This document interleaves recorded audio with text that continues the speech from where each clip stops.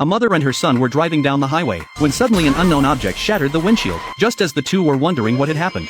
A falling fighter jet came hurtling toward them. Fortunately, they were lucky. The jet skimmed just over the top of their car, and crashed instantly into the stream ahead. Curious, the little boy immediately ran toward the crashed jet. The mother tried to stop him, but the boy was running too fast. She had no choice but to run after him and call the police. Just as the mother was reporting the situation to the police, the little boy noticed someone in the cockpit. Seeing that the plane was about to explode, the mother told her son to stay put, then risked her life to run to the cockpit alone, and successfully rescued the pilot inside. Lieutenant Cole. Cole had just escaped the cockpit when he was stunned by the scene before him. Cole told them he was Lieutenant Cole, and was currently fighting against Japan in Burma. He asked the mother and son which country they were from. When the mother told Cole they were Americans, Cole was puzzled as to how they had ended up in Burma. The little boy quickly protested that this wasn't Burma, it was Ohio. However, Cole didn't believe him at all. This was clearly Rangoon. A fierce dogfight had just taken place, and both he and his fighter plane had been hit by the enemy. Cole looked around in confusion, but froze when he saw the sign on the water tower, and Dayton was, in fact, Cole's hometown. They then cooperated with the police to record their statements. Through their conversation,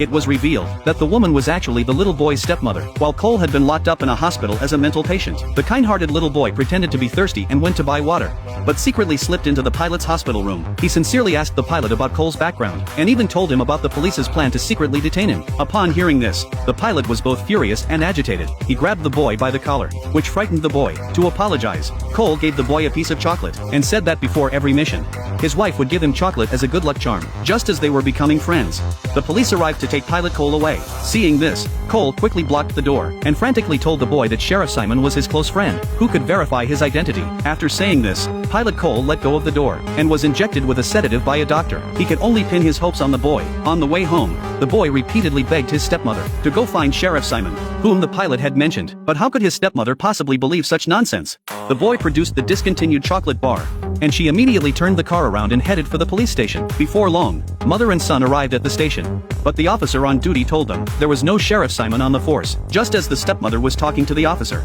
the little boy spotted a display case containing a photograph from the last century. In it was a soldier who looked exactly like the pilot, Cole. So the boy deliberately distracted the officer, and quietly slipped the photo into his pocket. As soon as they stepped out of the station, the boy handed the black and white photo to his stepmother. She was stunned the moment she saw it. There, in the photo, was none other than Pilot Cole. Could it be that Cole had really traveled through time from World War II?